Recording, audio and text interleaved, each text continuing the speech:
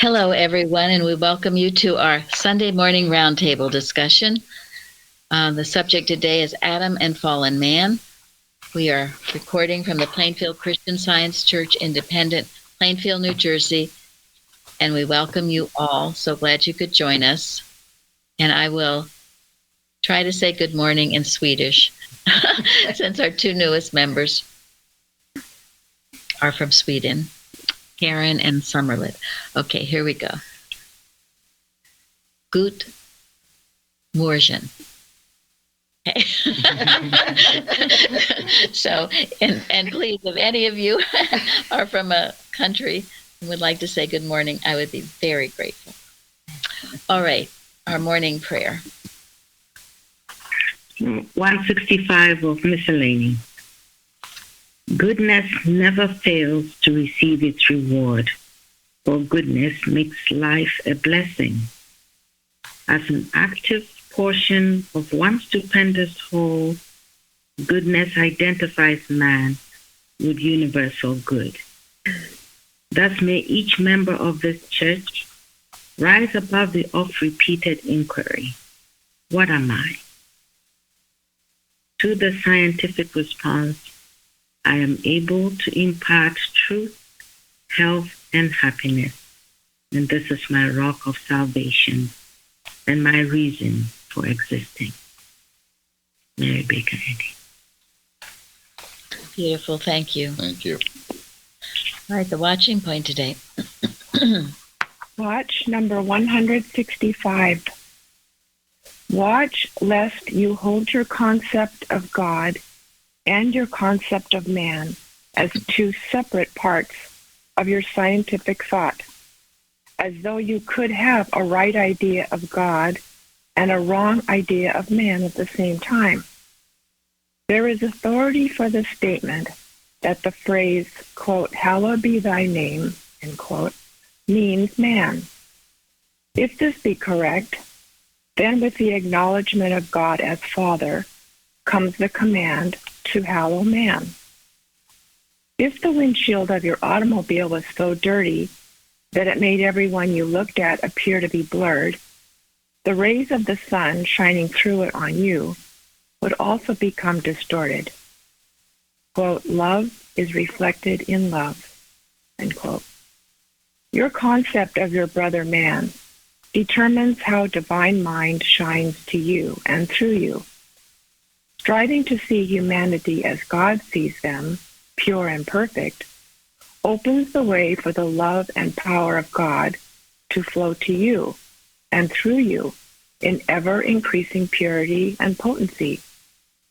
If, on the other hand, you persist in holding even one individual in a wrong sense without striving to correct it, do not be surprised if divine love is distorted and reversed in your experience. The Bible tells us that Job found the way out of his discord, lack, and suffering when he prayed for his friends. Job 42. His endeavor to see the Christ in others opened the way for the Christ to come to him. Thank you. I love that in the story of Job. It's one of the key verses, I think. Okay, comments on that? Well, I looked up the word hallowed. Hadn't looked that up in a long time. And it said to make, so if we're supposed to be hallowing man, it says command to hallow man, then we're supposed to see man as holy or whole and complete, to honor as sacred, then sacred meaning proceeding from God, inviolable, and then inviolable means not to be profaned, ought not to be injured, polluted, or treated with irreverence, not to be broken, not susceptible of hurt or wound. So I thought, wow, if that's how we're supposed to, command to hallow man, then that's how we're supposed to see man, and it can only bless me too as I see man that way. Thank you. Sounds good. Sounds about right. And when Jesus was asked, what the greatest commandment was, he gave us two, didn't he?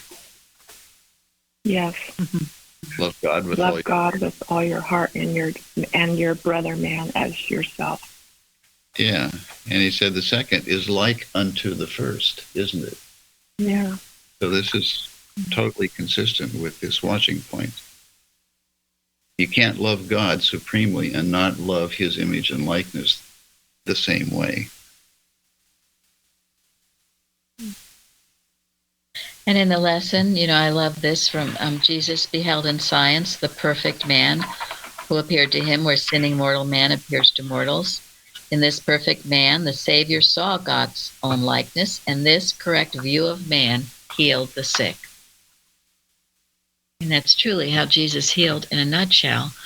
And that's how we heal. That's how we heal. Mm-hmm. And as we go about our day, that everyone we meet, everywhere we meet, hail, Son of God. There's a beautiful, Parthen sent us this little video that we put on Noteworthy News about a man in a wheelchair on the street needing money and to pay his rent. And someone stopped by and talked to him, asked him his name, expressed love to him, saw him as God's child.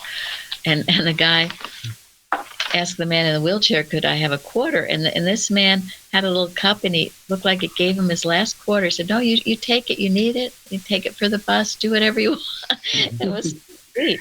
If you watch it, it'll make you cry, so have some tissues. and so then the other man gave him $500 to pay his rent. And of course, the man in the wheelchair was just weeping.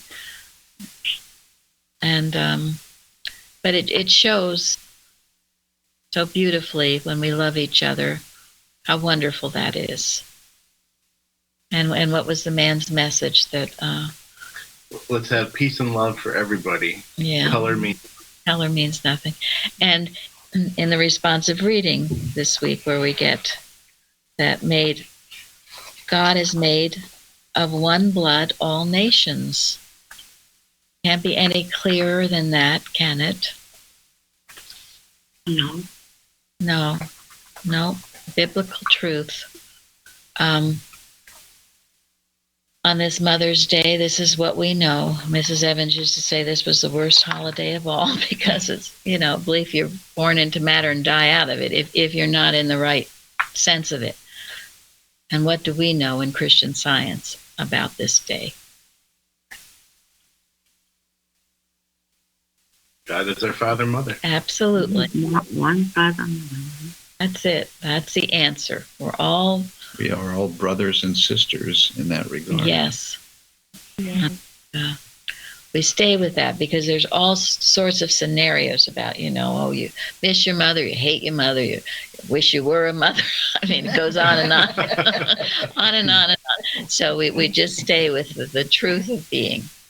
God is our Father, Mother. No one ever brought anybody into matter, nor do we die out of it. We must be strong here because even if you think you know it as a Christian Scientist, there's the general mortal belief going on today. I mean, I feel it. I know others of you have felt it. All of this stuff. And it's a deadly belief, and it has to be handled. It does. You can't be kind of warm about it and say, oh, isn't that nice? But it doesn't relate to me. Well, no, it's not nice. And we need to know it doesn't relate to anybody anywhere. Otherwise, a lot of people maybe are rejoicing and so happy about it, and other people are in their bedrooms crying their hearts out. Either way, it's human. It's very interesting. Sorry. Please go. No, it's interesting that there's a lot of conflict with mothers, and it's almost like is this hatred or opposition to the mother love of God, the mother love that Mrs. Eddy so well portrays to all mankind. Thank you very much. Yes. And a lot of people are in a quiet kind of misery, wondering, is this all there is? And the answer is no, this is not all there is. There is a wonderful God who is our mother, father, and mother. And we know, when we know that, it brings such peace.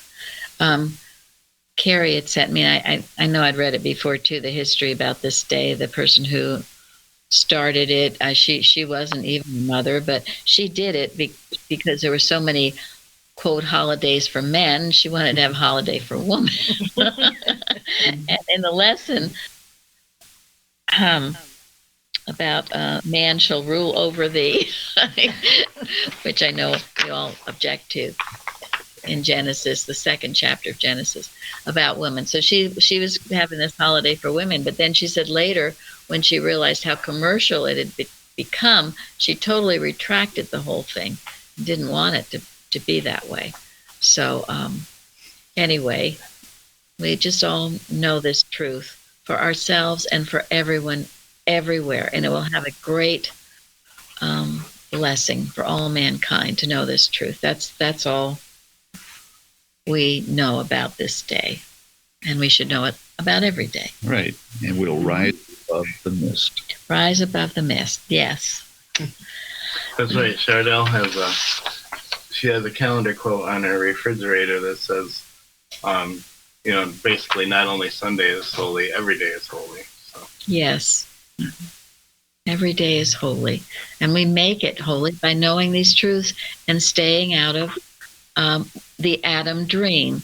And that's what this lesson is about and what we'll talk about today, that we stay in the Father's house. Because if you don't stay in the Father's house, if you acknowledge you have a human mother that you love or hate, or that you're a human mother that was good or bad, or whatever other scenario, you're stepping out of the Father's house.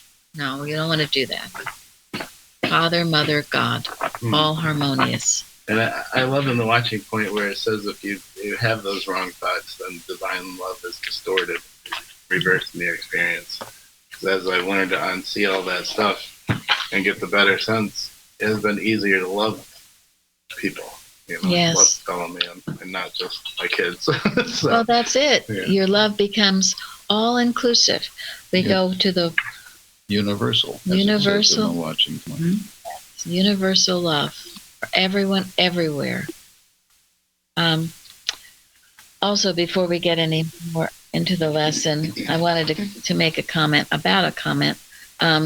This was on the YouTube comments under the testimonies from Wednesday, May 4th meeting.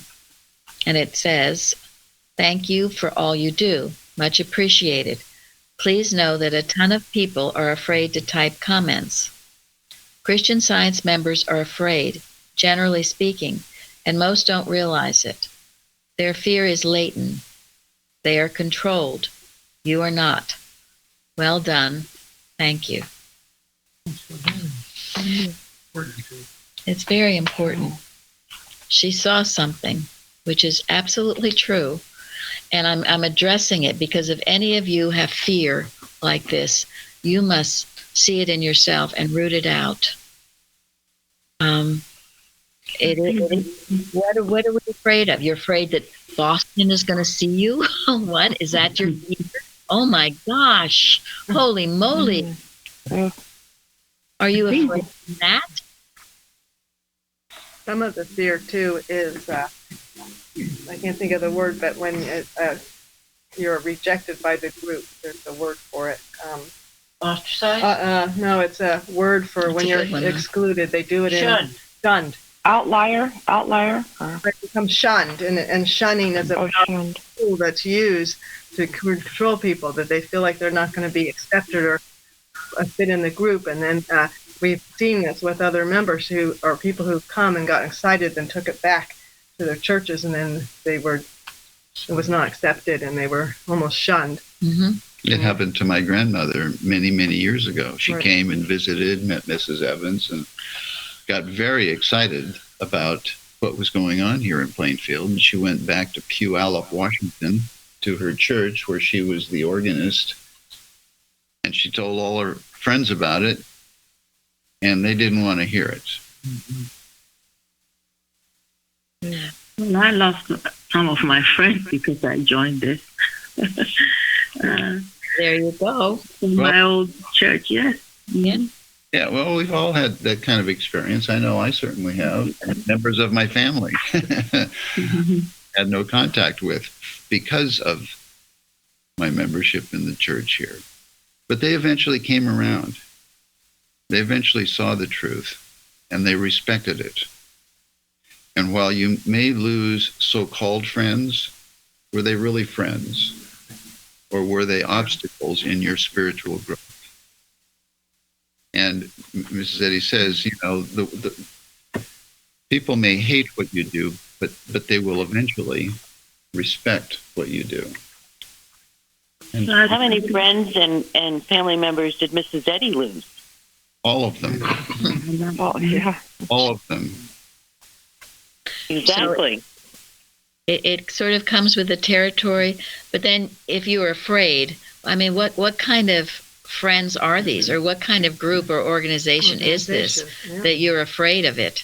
I mean, why would you want to be a part of something you are afraid of, and to get after this latent control, as this woman said? It's so true. And whether you're afraid to give a testimony, afraid to write something on YouTube, afraid, check yourself.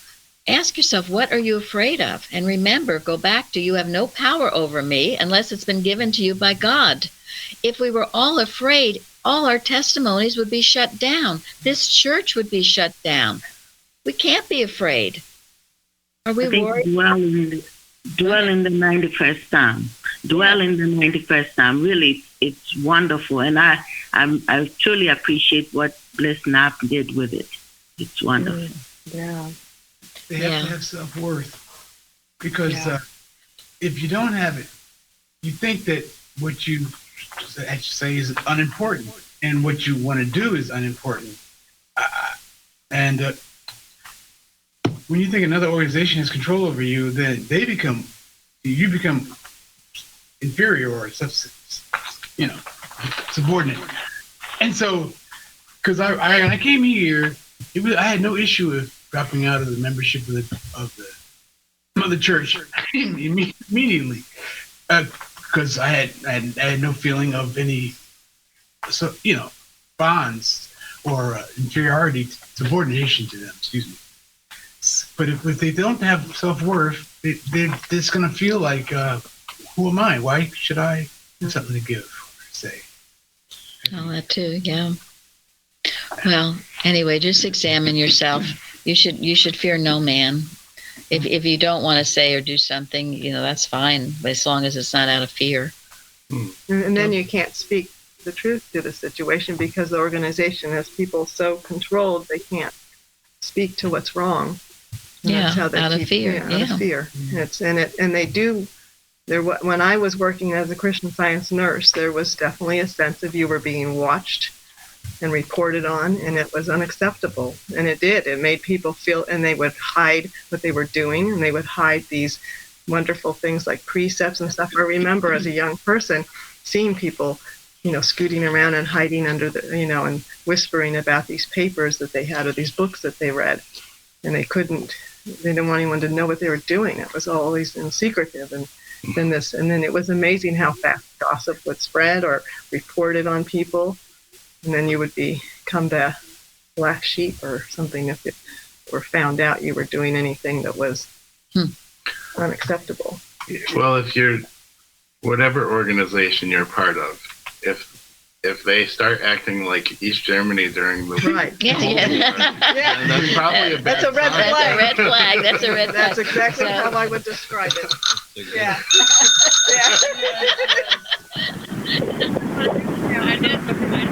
I told Jeremy how I love my old bike.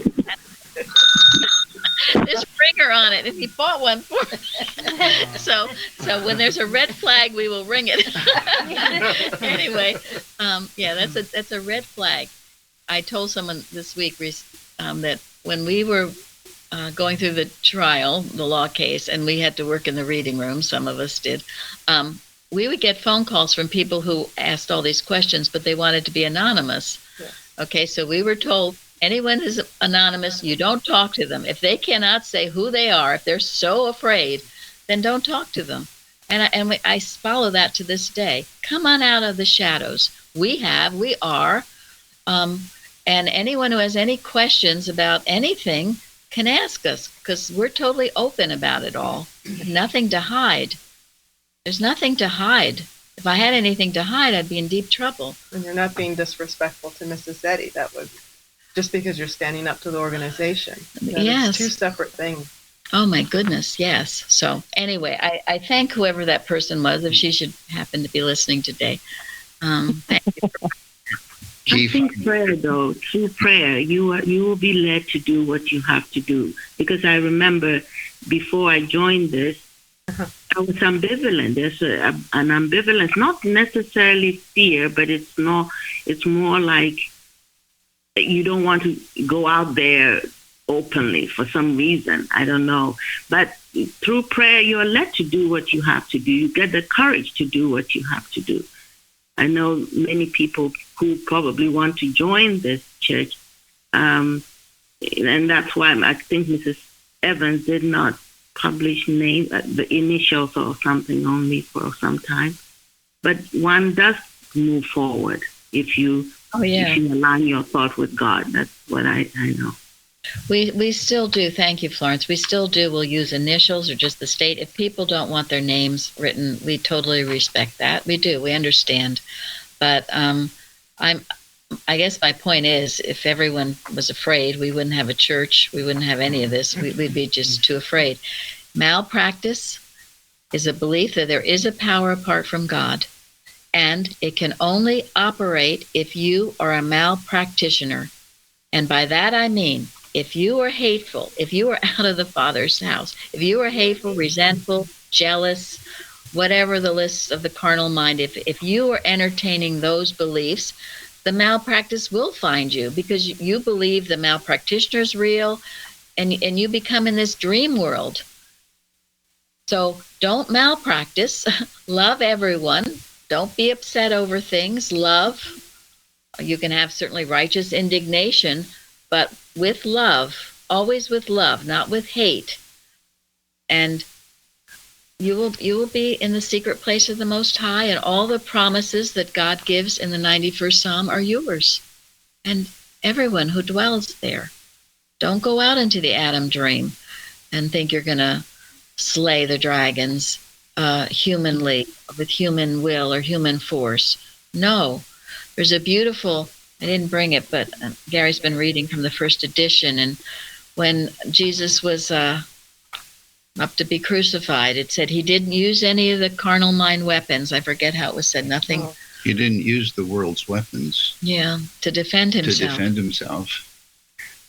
So he allowed them to attempt to murder him, and he overcame them all with God's weapons, with the spiritual truth that life is eternal, and he proved it.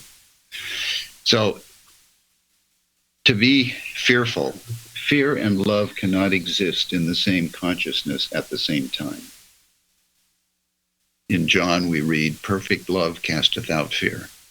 So if there's anybody here who is still fearful that they're being watched and they're afraid of somebody watching them, I just have this advice: love them, pity them, love the hell out of them. So Reg Carey would say, love the hell out of them. You don't have to approve of what they do, but if you love them, and if you can't really love them, pity them for being misled, for using their position for wrong purposes, whatever. But love them, and you will not fear them, and you won't make a god out of them, and you'll be much, much happier and much more useful to God. Yeah. When I was new, I told practitioner that I don't talk in front of a large group, so I would not be giving testimonies. And she laughed, and she said, when you're grateful, she said, you will give a testimony. Yes. And that just broke the fear. Yes. Yes. You told all of us. I was sure not going to testify. Luann was not going to testify. Many of us here were not going to testify. You love enough, and you're grateful enough, you will testify. Again, what if we all fell down to those arguments? There'd be no church. We must act, Mrs. Eddy said, we act as if we were the only Christian scientists on earth. Our responsibility. Mrs. Eddy, it says, and it helped me because I thought I was like the least of anybody here for many years. And she says, and it helped me. She said, God gave to the least spiritual idea might, immortality and goodness or something. Thank you. And I said, at least I got that. I love that. I use that a lot from Mrs. Eddy. Thank you. So that's just an excuse if you think you're, no good or can't do it. That's an excuse. We just rip away the excuses. I was once going to write a whole book on people's excuses, and it would be a whole book. So no, and my goodness, Craig, the least. Oh my gosh, what a lie that is. Yeah, who's reading the Bible today? Yes, he's one of our. No. It's just error. Part of that rule in Mrs. Eddy's household was that excuses are intolerable. Absolutely. There, you have no excuse, okay? No excuse for any of this business. Not in this church. Nope. Got to do what you should. No excuses. God tells you to. No excuses. And also, you find when you come here, everyone here is rooting for you. Nobody's trying to shut anyone down. Yeah. We're rooting for you to speak up and say and grow. That's it. And people who can't do that end up leaving on their own because the rebuke to their personal sense, the rebuke to their materialism or whatever is too great for them.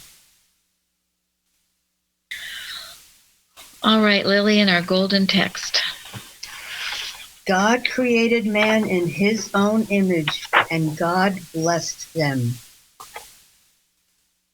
That's a very profound. I told everyone this week, just to dwell in that idea, you're his image. That's awesome. And so what is his image? So, for me, I go back to Mrs. Eddy's definition of God. And that all-knowing, all-seeing, all-acting, all-loving, all-wise, eternal, all that God is, you are as you were created, Genesis 1. And to just dwell on that and think about what that means. You think you're lacking in something. How can you if you're God's image? You think you look bad. How can you if you're God's image? Lacking in health or supply. How can that be when you're God's image? Image is exact likeness. If it's not true for God, it's not true for me. Thank you. Now, Lillian always will say that. It's a good healing statement of truth. And then blessed, made happy, enjoying spiritual happiness and the favor of God, prosperous. That's what it means to be blessed. And dear Stacy, she wrote to me, I didn't quite understand it at first, but the difference between blessed and blessed and beloved and beloved. And blessed is the verb and blessed is the noun. Blessed are those who have been blessed. And we, as God's image and likeness, have been blessed. It's the truth. And we are God's beloved because God is love. God, we are beloved of God. So we have plenty of time to think during the day. We're always thinking something. So as I sang last week, think on these things. Think of being the image of God, his exact likeness. Whatever ails you, my friend, that will heal it. You get deep into that, and that you are blessed, made happy, enjoying spiritual happiness and favor from God. Prosperous. It's all just in one simple Bible statement. And then it goes on, He giveth all life. Your life is in God, not in matter. You don't have to check your body to see if your life is going to be okay. You check how your relationship with God. Mrs. Eddy says He is our one relative in heaven and on earth. He's our great physician. He's all things to us. Our breath. We have trouble breathing. No. God gives us breath, breathing. It's all in Him. Gives all things. Nothing He doesn't give us. For in Him we live and move and have our being. For we are also His offspring. Our inheritance is from Him. The beautiful, good, and the pure constitute our ancestry. Think on these things. Now, in order to be an image, what must happen? Remember Stefan, he sent us some beautiful pictures for the newsletter, a lake reflecting, right? Beautiful. Yes. It has to be totally still, doesn't it? To have the exact image. It can't be agitated, ruffled, upset. That's the importance, to keep your equanimity, keep your poise. Keep your window pane clean. Yes. So you can be that image and likeness, that reflection. I thought Kenrick wrote something interesting in the forum about, sin is disordered love, loving finite things more than the infinite God. And then technology, which prizes and promotes whatever is new and innovative, is a gale force wind against contemplation. So, Kenrick, you want to say anything to that? Mm-hmm. I thought it would definitely ruin your pure reflection, your calm reflection of things. So be careful of your technology, letting it just come flying into your house on your phone or wherever, computer, and take you off balance, off guard. Get rid of your calm, peaceful, pure reflection. So recently, Mrs. Eddy said, and human invention will even have its day, but it was preceded by more Christian Science. Thank you. By absolute Christian Science. Yes. And the first edition is that human invention will have its day, and we want that day done. Right, that's right. We want that over with. Oh, God. Yes. In the first edition? In the first edition, yeah. Wow. I had a hard time not laughing while Gary was recording. Yeah, she's quite, what's the word? I call it raw in the first edition. She doesn't mince words. So. Well, she wrote it down as it was revealed to her directly from God. So she knew what it meant, because she was there writing it down. Then she had to make adjustments to it to make it, clear to other people.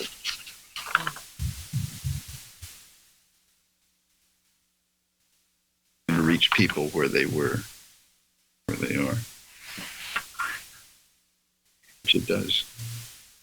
Well, gale force wind doesn't give you much time to even consider anything else by getting out of the way.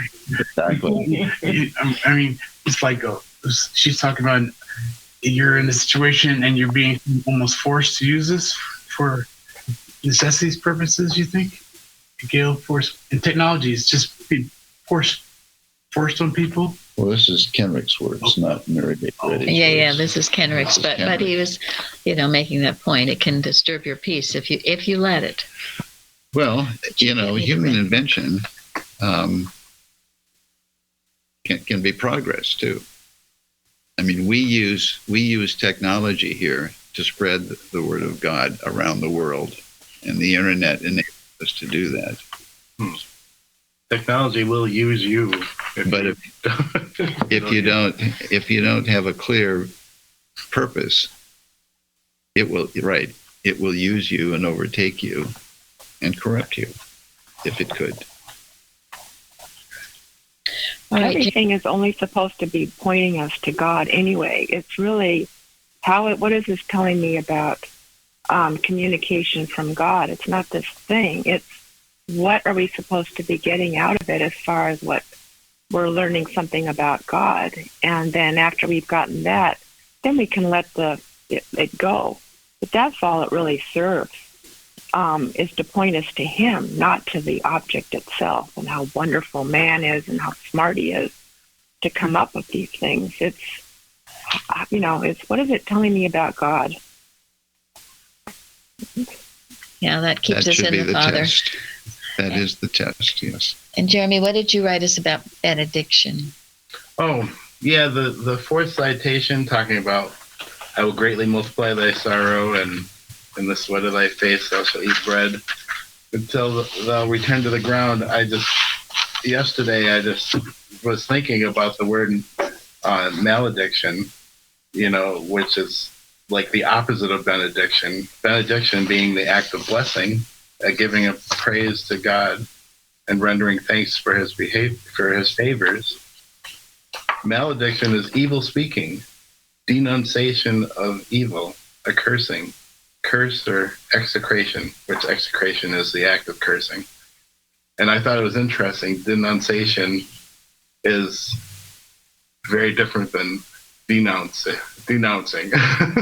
It's like the opposite. So I thought what an awful lot it is that this would pronounce on us if we don't, if it had power to actually give it.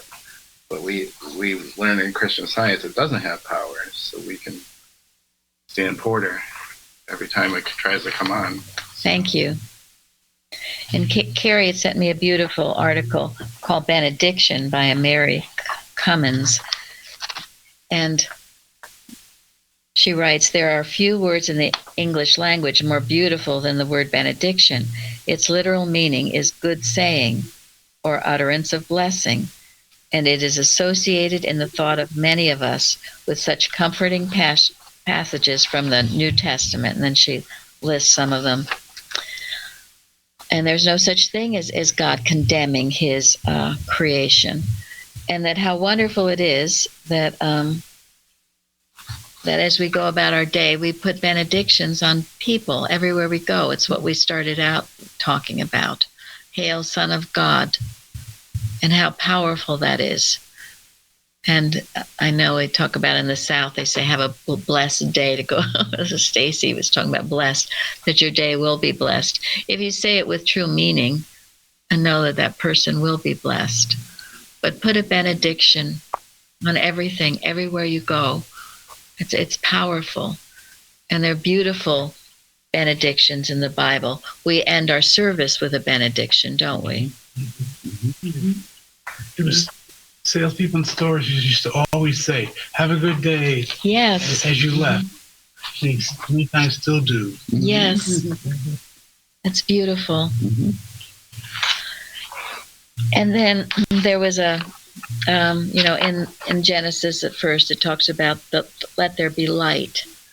And another beautiful, these can be put on the carousel because I can't read them all, but it's a Persian allegory by Mahmoud. And this article is written by John S. Krenlin. And it talks about Mahmoud, the Persian, builded him a house long after the Adam dream, long after the morning stars sang together, and all the sons of God shouted for joy. And Mahmoud was glad, for all he saw was good. And the sun smiled in kindly, approving upon all within. And it goes on, but then one day Mahmoud is very upset because one of the rooms is filled with darkness. And he sort of goes after the son and said, how could this be? One of my rooms is all dark. And the son says, these mortals always speak to me in riddles. Come and tell me what is dark. And it turns out that Mahmoud was entertaining some not so good thoughts, right? And that blocked the sun from shining into the room, as it always will. And this is why the importance of keeping that light shining. The thoughts that he were entertaining were unloving, unkind thoughts, and even about the creation all around him. And so the sun scolded him, told him that was why he couldn't penetrate that wall he'd built for himself of those unkind thoughts. And so when we think we can't feel God or hear God, chances are we're entertaining something that's not of God. And especially fear, because fear is acknowledging there's a power other than him. And you can't serve two masters at the same time. Check your thinking. It's always the thinking, yes. So it's a beautiful story, and we'll put that on the website. I can't read all of it because then I want to read it. There's another very beautiful one too. And this is about staying in the Father's house and how we do stay there and how we can be tempted to leave it. Mrs. Evans used to always tell us a story about a woman who was very beautiful and young, but anyway, she was tempted to go into this room smelling flowers, and each time she smelled a flower, she would become pricked, and she kept going farther and farther into the house, even though she was told not to come out. And then when she did come out, she was an old lady. And then it goes on how she speaks to a beautiful angel and is healed. But Carrie found this article that y'all have Gary read because it's very beautiful. It's called The False Way and the True by Daisette Stocking. And Daisette Stocking eventually married William McKinsey after like a 10-year courtship. And it's so sweet. And anyway, it's a very beautiful story from an 1894 issue. And I would just like to say that because I saw this actually happen. There was a couple in our church for a long time. They did good work. But when they could, they left. And they left being allured by the call of materiality. All right? It wasn't just that they left and maybe felt God wanted them to do other things in their life, but they got caught up in a lot of things that as Christian Scientists, they should have known not to indulge in. It was sort of like the prodigal son, perhaps. But years later, when they returned, and they did return, I did not recognize them when I saw them in the parking lot. Because I asked God's forgiveness for seeing age, but they looked like different people. They'd grown so old. They had left the Father's house, and that had subject them to all kinds of the beliefs of mortal mind, because that's what happens. And maybe you think you're having fun doing worldly things that you know aren't of God, but are you really? Are you really? And eventually, and very sadly, they came to an untimely end. And I only say this as a warning. All of these are just examples of what to do and what not to do. So Gary will read this article called The False Way and the True. And remember to stay in the Father's house, not to go into the dream of the Adam dream. All right? No one wants to go there. It's no fun. The article reads, a child once stood at the door of a beautiful palace. To her wondering gaze, it looked like magic within, all lights and color and flowers. A desire seized her to go in and catch the odor of all that world of bloom. A voice from within urged her to enter. Look at the lilies, it said, the lotus, the orange flowers. The perfume will lift you into ecstasy. Come. Just as she was about to enter, another voice, gentle and firm, from without whispered, "Do not yield to that desire. In the heart of every flower is an adder, and you will be wounded. There is no real joy there." The child paused, but a strain of music caught her ear, and she darted in. All round her, the beauty and light seemed perfect, and the flowers waved her a welcome. She turned to a bed of glowing blossoms and stooped to inhale the delicious fragrance, when quickly, from beneath the leaves, flashed the glitter of a serpent, and the child recoiled in terror and pain. "You chose the wrong flower," said the voice. "Go on to others. There are no more serpents." "All will harm you," came the soft voice from the doorway. "Oh, do not go farther." But on and on she wandered, ever a moment of hope that the next flower would hide no adder thrust, even a pang of sorrow, pain, and disappointment. Ever the voice within, with fair promises, urged her to go on. Ever the voice at the door, though growing fainter, besought her to return.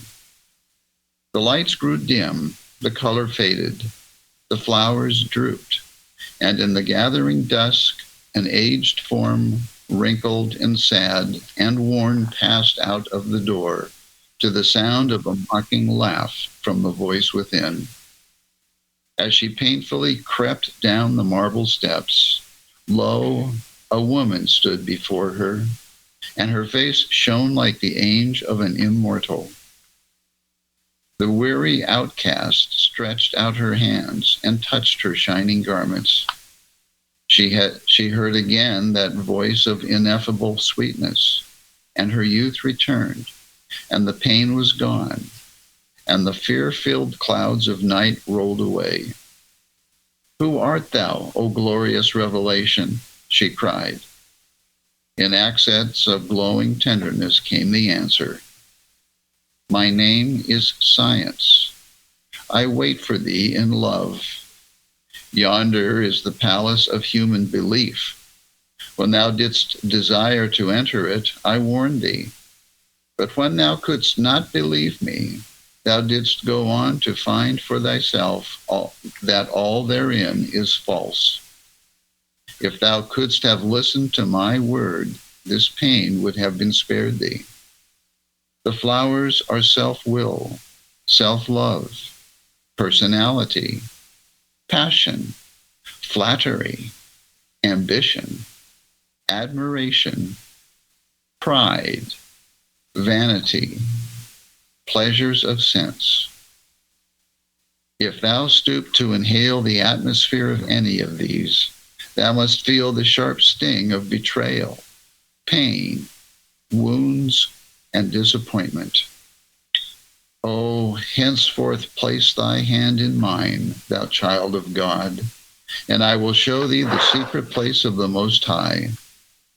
Set not thy mind on things on the earth. Spirit fills thy desires, and before thee is spread all the fairness of thy Creator's universe. If thou wilt but lift thy gaze above matter into the eternal sunshine of mind's celestial day. Waste not one thought on the illusions of time, sense, and mortality. Not one of their pleasures is real. But I, divine Science, if thou follow me, will show thee that man is the image of his God, that all things are put under his feet. Under the rays of infinite truth, thou shalt see thy sorrow, thyself, thy sin, thy pain melt away, and thou shalt know that thy disappointed desire was only an elusive dream, for love has supplied all thy need. It's a beautiful story, a beautiful lesson to think about. And, we as Christian Scientists, we should know better than to do this. It's one thing you don't know better, But when you know better and still do it, then the penalty becomes higher. In Science and Health, Citation 1, it says, God made man in his own image.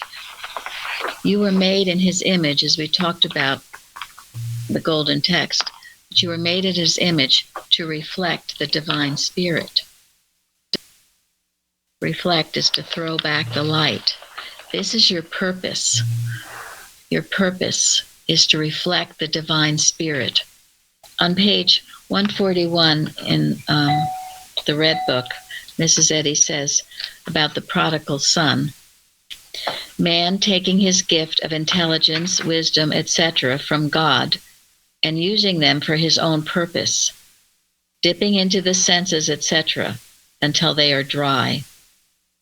We must turn from our conception of man so that truth may form and fashion us anew. This is the first creation. This is a reflection of God. We don't use our talents for our own selfish purposes. This is what Florence began the meeting with in her prayer, right? You still have that, Florence? You want to read what our purpose is? Oh, yes.